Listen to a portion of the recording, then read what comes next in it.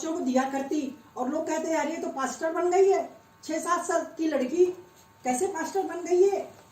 और मुझे ये बात बताते हुए बड़ा हर्ष होता है कि कैसे वो एमी सैम्पल मैकफरसन, एक छोटी बच्ची थी 4 साल की, और वो बाइबल की कहानियां सड़क के किनारे खड़ी होकर के ड्रम बजाती, अपने हाथ से ड्रम बजा बजा के वो भीड़ जमा करती, और भीड़ जमा हो जाती, और उस जगह के ये एमी सैम्पल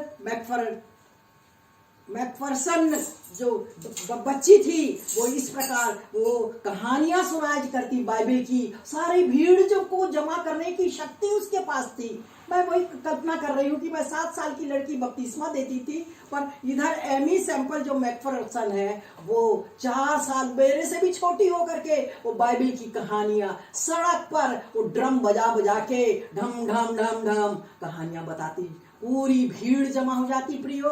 और कई बार तो क्या करती है वो चर्च का नाम था फोर स्क्वायर चर्च, और वो परेड और रैली निकालती थी। वो एक डंडा लेती थी और डंडे में लाल कपड़ा लगा लेती थी, और लाल कपड़ा जो लगाती थी और ये झंडा लेकर के वो जाती थी और परेड करती बच्चों को, और यीशु के वचन को बोलती जाती, ये झंडा लेकर के वो जाती। 4 साल की लड़की, कैसा दीवानापन परमेश्वर के लिए कि वो झंडा लेकर के, वो कपड़ा लगा करके, जैसा मैंने लगाया है ऐसे ही कपड़ा लगा करके वो जाती, और जुलूस, उस समय उसके क्लासमेट लड़के उसके हंसी उड़ाते, मजाक करते, पागल कहते उसको, परंतु वो परमेश्वर के प्रेम में इतनी दीवानगी उसकी थी कि वो परेड निकालती, परमेश्वर का वचन बोलती और गाना गाती, और सारे लोग निकल के उसका पद सुनते, जो वचन परमेश्वर का जो वचन है उसको सुनते, और जो लड़कों को पकड़ा देती वो झंडा कि सब कोई झंडा पकड़ो। इस प्रकार आप देख रहे हैं कि छुटपन में ही परमेश्वर जैसे कहता है ना कि मैंने तेरी माता के गर्भ से ही तुझे चुन लिया है। ये चुनना क्या है प्रियो? यही तो है चुनना, माता के गर्भ से ही तुझे चुन लिया है। जो बच्चे माता की गर्भ से ही चुन लिए जाते हैं प्रियो, तो वो परमेश्वर पे पागल हो जाते हैं, उसके पीछे उसके साथ सट जाते हैं, सट जाते हैं और अलग नहीं होते, और वचन का पालन करते। वो संडे स्कूल जाते, वचन उनके पेरेंट्स लोग उनको बताते और वो उसका पालन करते प्रियो। तो इस प्रकार ये मैकफरसन के बारे में मैंने बताया। दूसरा है अपनी वो क्या कहते हैं, कैथरीन कुलमैन। और ये कैथरीन कुलमैन क्या है, सब बैकस्लाइड हो गए थे, ढेरों हजारों लोग बैकस्लाइड हो गए थे, पर उसके प्रचार से वही पलायनवादी थे, वो सारे पलायनवादी लोग, बैकस्लाइड लोग वापस विश्वास में आ गए, क्योंकि बहुत आश्चर्य कर्म उन्होंने किया। तो ऐसे लोग जो साटे गए हैं और कैसे परमेश्वर का काम करते रहते हैं, और परमेश्वर उनको, जैसा मत्ती 6 और उसका 33 में क्या कहता है, सबसे पहले परमेश्वर की खोज करो, उसके राज्य की खोज करो और धर्म की खोज करो, तो तुम्हें सारी वस्तुएं मिल जाएंगी। और जो मैं इसके बारे में बता रही थी, एमी के बारे में, वो सबसे पहले रेडियो स्टेशन की संस्थापक बनी वो आगे चल करके। हालांकि वो आगे जब बड़ी हुई तो इवोल्यूशन के बारे में प्रोफेसर से डिस्कशन करती थी कि क्या हमारा परमेश्वर ने ही पृथ्वी को बनाई है, हमको बनाया है, या फिर इवोल्यूशन है क्या। इस प्रकार वो डिस्कशन करती अपने प्रोफेसर से, डरती नहीं, और वो इसी परमेश्वर ने उसकी अगुवाई की और उसको बुद्धि से भर दिया, और वो समझ सकी कि परमेश्वर ही सृष्टि करता है। और जो कैथरीन कुलमैन है, वो पूरे कितने बैकस्लाइड लोगों को वापस अपने विश्वास में ले आई। और पास्टर पीएस सैमुअल की बात कर रही थी मैं प्रियो, कि पास्टर पीएस सैमुअल वो विश्वास में बढ़ते गए, कलीसिया बढ़ती चली गई, और चर्च आप देखें वो नहीं है, परंतु आज वो रायपुर का सबसे बड़ा चर्च है। मैं सोचती हूँ कि 1000 पब्लिक वहां पर रहती है। 4 स्टोरीड चर्च है। वो एक साथ एक मंच में जो 4 फ्लोर में बैठे हैं वो सारे लोग एट अ ग्लांस देख सकते हैं, प्रचार सुन सकते हैं, और सारे अन्य जाति लोग हैं प्रियो। वो बिल्कुल प्रभु के साथ में लगे रहते हैं, उसके प्यार के पाने के लिए, वचन को पाने के लिए। वो कई शिफ्ट में, आजकल तो जब से कोरोना हो रहा है, कई शिफ्टों में वो मीटिंग होती है, संडे सर्विस होती है। तो इस प्रकार वो पीएस सामुएल के समान ये कार्य होता रहा। और उसी समय जब मैं भी धीरे धीरे बढ़ती गई, पीएस सामुएल के समय में पेंटिकोस्टल चर्च बन गया, और मैं बड़ी क्लास में आ गई, 11th में आ गई। उस समय 11th होता था, और उस 11th क्लास में जब थी तब मेरी बड़ी दीदी की शादी होने वाली थी, और उसको शादी होने के लिए बपतिस्मा लेना था। मेरा नाम पुष्पा, मेरी बहन का नाम उषा था, और उनकी शादी के लिए मेरे पेरेंट्स कहते थे कि नहीं, इनको बपतिस्मा दिलाना तभी तो शादी होगी। बोले नहीं, मेरे को शर्म लगती है, मेरे को शर्म लगती है, कैसे अकेले मैं बपतिस्मा लूंगी। तो उसके बाद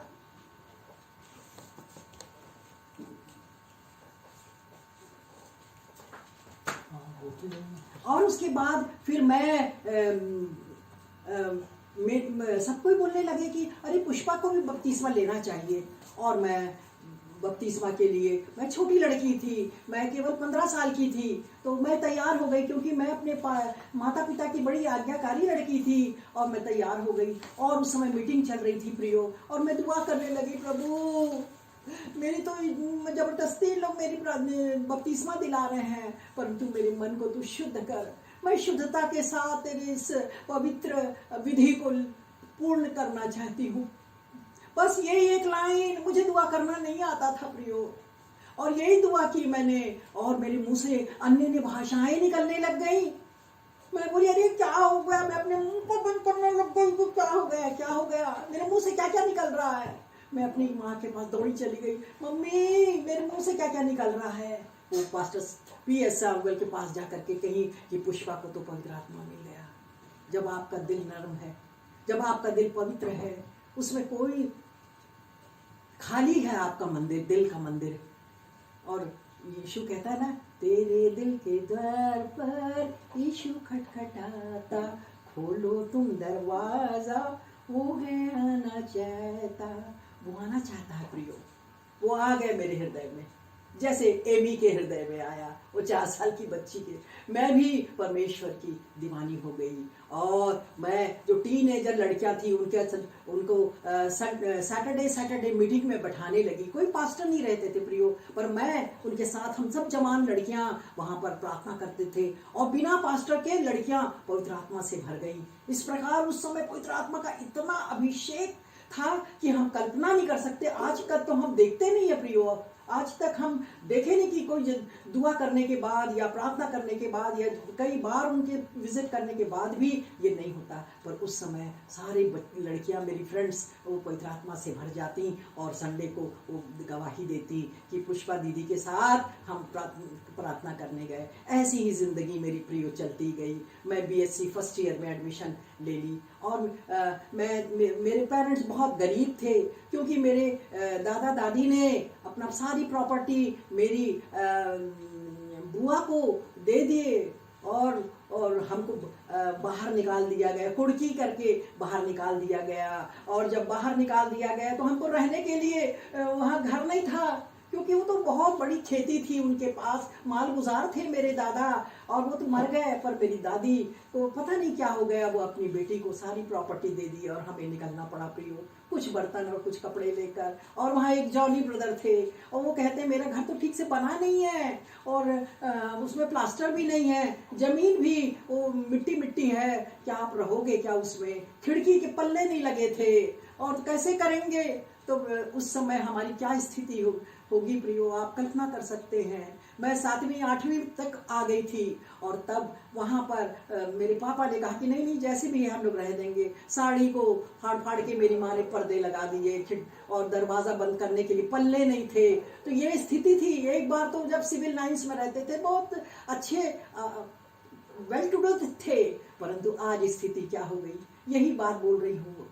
वो ऊँट लो कैसे सो जाते फिर उठ जाते, समस्याएं आती फिर ठीक हो जाती, फिर नई समस्याएं पैदा होती प्रियो। उस समय मैं 8वीं क्लास में पढ़ती थी प्रियो, पर मेरे दिल में वही रहता था कि आज हम कहाँ हैं। और वहाँ पर पड़ोस में बहुत लोग रहते थे और वो मेरे पापा के फ्रेंड थे मिस्टर महेश करके, और वो कहते हैं अरे सैम्बल तुमने जब तुमको बोलता रहा कि चार आना फिट में आ रहा है, जमीन मिल रहा है, ले लो ले लो ले लो, तुमने ध्यान नहीं दिया, तुम बोले नहीं मेरे तो पेरेंटल प्रॉपर्टी है। परंतु पेरेंटल प्रॉपर्टी क्या हमको सस्टेन कर सकती है प्रियो? नहीं प्रियो। और फिर 10 पैसा फुट इस प्रकार जमीन थी तो 4 आना फुट हो गई और हमने वो जमीन खरीदी मेरे पिता ने। और इतना पैसा नहीं था प्रियो कि हम ईंटा से हम अपना घर बना सकें। और हमने सोचा क्या मैं और मेरे बड़े भैया ये हम लोग मिट्टी ढो ढो के मैं लाती थी और होशियार बहुत थी, मैं क्लास में फर्स्ट आती थी हमेशा। और तब से जब मैंने प्रभु को पकड़ा था, जब मैं पादरी पीएस सैमुअल की मदद करती थी, उसकी सेवा करती थी मेरी माँ के कहने से, तब से प्रभु ने मुझे बुद्धिमान बना दिया। यहोवा का भय मानना बुद्धि का आरंभ है और बुराई से दूर रहना समझ है। बुराई तो हम जाने ही नहीं किसको बुराई बोलते हैं। और हमेशा परमेश्वर के भय में रहे। अपनी क्लास में फर्स्ट आती, सारी एक्टिविटीज में प्रियो मैं बहुत ही नंबर 1 रहती थी।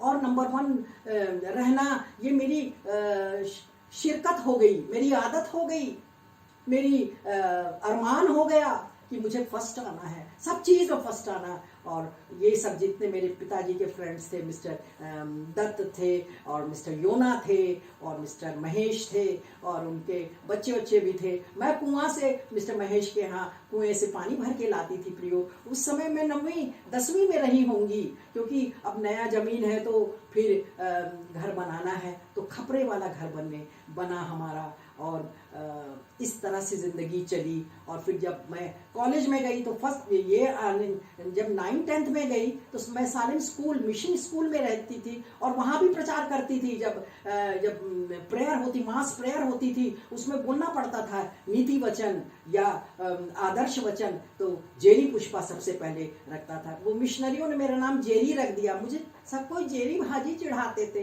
कि क्या, मैं खूब अच्छा नहीं लगता था मेरे को जेरी जेरी जेरी जेरी क्या है, क्योंकि एक भाजी होती है जिसको खाते हैं जेरी भाजी।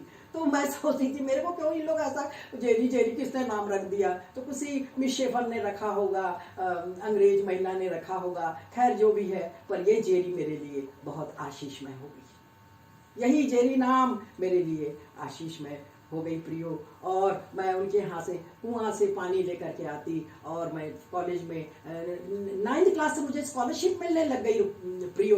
20 रुपया स्कॉलरशिप, 20 रुपया बहुत ज़्यादा उस समय समझा जाता था। और 20 रुपए के स्कॉलरशिप से मैं पढ़ती रही। मैंने अपने पेरेंट्स का एक नया पैसा खर्च नहीं कराया प्रियो, सारा पैसा मैं खुद ही मेरे को सरकार देती थी। और जब 11th क्लास तक 9th से अब मेरे पापा को वो बुलाती पैसा देने के लिए, लड़की छोटी है पैसा घुमा देगी इसलिए ले जाओ, और मेरे पापा वहाँ जाते। और फिर जो प्रिंसिपल मिस शेफर थी वो कहने लगी तुम तो लड़ने आते थे कि तुम्हारी बड़ी लड़की उषा फेल हो गई तो कि हम पेंटिकोस्टल हो गए इसलिए फेल कर दिया तुमने, ऐसा बोलते थे। अब ये छोटी लड़की को अब देखो क्या हाल है, वो तो फर्स्ट आती है, वो तो नंबर 1 है लड़की। और मेरे पापा सिर झुका करके और आगे निकल जाते प्रियो। ऐसी गरीबी आप कल्पना नहीं कर सकते। मैं कॉलेज में एडमिशन ली और कॉलेज की जवानी के दिन मुझे नहीं मालूम, मैंने जाना, मैंने कोई प्यार मोहब्बत की तो बात छोड़ दीजिए, परंतु मैं उस साइकिल में मेरे पापा ने मेरे वो पैसे से जो मेरे स्कॉलरशिप की थी एटलस साइकिल लिया, मैं एटलस साइकिल चला करके कॉलेज जाया करती। और वहाँ बीएससी मैंने किया प्रियो और अपने कॉलेज में फर्स्ट आई। और उसके बाद मैं एमएससी वहाँ नहीं था, इसलिए मैं सागर यूनिवर्सिटी में मेरे पहचान के थे, मेरी मदर के, तो उन्होंने कहा कि सागर में भेज दो पुष्पा को, और मैं सागर गई। और पैसे की कमी के कारण मैं बॉटनी में बहुत इंटरेस्ट था मुझको, वनस्पति शास्त्र में, पेड़ पौधों का, जिस प्रकार मैंने आपको बताया अभी भी है। तो मैं वनस्पति शास्त्र में एडमिशन लेना चाहती थी, क्योंकि मेरे मार्क्स बहुत अच्छे थे, कहीं भी मेरा एडमिशन हो जाता था, कोई भी सब्जेक्ट में। परंतु डॉक्टर बनने के लिए, हाँ, तो यो जो बॉटनी नहीं ले पाई, क्योंकि वहाँ एक्सकर्शन के लिए जाना पड़ेगा और उसमें 2000 जमा करना पड़ता, तो फिर मैं कहाँ से देती 2000। तो मैंने कहा नहीं ठीक है, ऐसा वाला सब्जेक्ट लेते हैं जिसे पैसा ना देना पड़े। तो जूलॉजी, प्राणी शास्त्र, तो प्राणी शास्त्र जूलॉजी, ZOOLOGY, वो वहाँ पर मैंने एडमिशन ले लिया प्रियो। और वहाँ पर मैं बहुत सिंसियरिटी से मैं पढ़ती रही प्रियो। जब सब लोग जाते थे कैफेटेरिया, सारे हम लोग 10 लोग थे, तो 10 में से 9 लोग जाते थे कैफेटेरिया कॉफ़ी पीने के लिए। मैं नहीं जाती थी प्रियो कॉफ़ी पीने के लिए, क्योंकि मेरे माँ बाप इतने गरीब, मैं क्या कॉफ़ी पीऊँगी? क्या मुझे अपने माँ बाप का दर्द नहीं है? उनकी गरीबी क्या मुझे याद नहीं है? मैं क्या रायपुर से इतनी दूर सागर में हूँ तो क्या भूल जाऊँ? नहीं प्रियो, नहीं। मेरे माँ बाप, मेरी गरीबी वो हमेशा जीवन भर याद रहती है। और मैंने उस गरीबी को हमेशा याद रख के सागर में, माँ मेरी लिफाफे में उस समय 20 रुपया भेजती थी, 20 रुपीज़ वो भेजती थी। चिट्ठी तो 20 दिन 15 दिन के बाद पहुँचती थी, कहाँ फ़ोन और कहाँ क्या उस जमाने में। तो देखिए वहाँ पैसे जमा मैं करती, उस पैसे को कैसे मैं खा सकती हूँ? बेटी दूध पी लेना, तू दुबली पतली है, दूध पी लेना उसको। पर मैं कभी दूध नहीं पी रही हूँ। मेरी माँ ने अपना काट काट के मुझे पैसा भेजा, क्या मैं ऐसा करती? नहीं, मैं ऐसा नहीं कर सकती। मैं पैसा जमा करती गई प्रियो, और मेरे पास 400 से ज़्यादा, 2 साल में 400 से ज़्यादा पैसे मेरे पास जमा हो गए। और लास्ट ईयर जो आखिरी फाइनल ईयर था, तो उस समय हमारा एक क्लासमेट था, उसको अपनी फीस नहीं भर पा रहा था, और वो जा रहा था गुड बाय करने के लिए आए, क्योंकि मैं तो कॉफ़ी पीने के लिए नहीं जाती अकेले, सबका माइक्रोटोम करती रहती, माइक्रोटोमी होती थी वहाँ सबकी। तो मैं सभी 9 लोगों की मदद करती थी, बड़ी माइक्रोटोम सबका। नहीं तुम लोग जाओ कॉफ़ी पीने, नहीं मेरे को अच्छा नहीं लगता कॉफ़ी, ऐसा नहीं, मैं बहुत प्यार करती हूँ।